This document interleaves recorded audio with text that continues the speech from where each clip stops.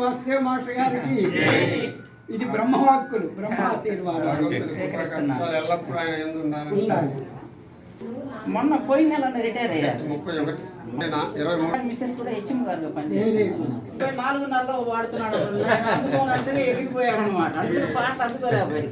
2.5 శృతిలో వాడేవాళ్ళం ఇద్దరం. బాగున్నది. బ్రహ్మం గారి ప్రతిష్ఠ చేస్తే మేమిద్దరం ట్రాక్టర్ ఎక్కితే పాటలు వాడుతుంటాం.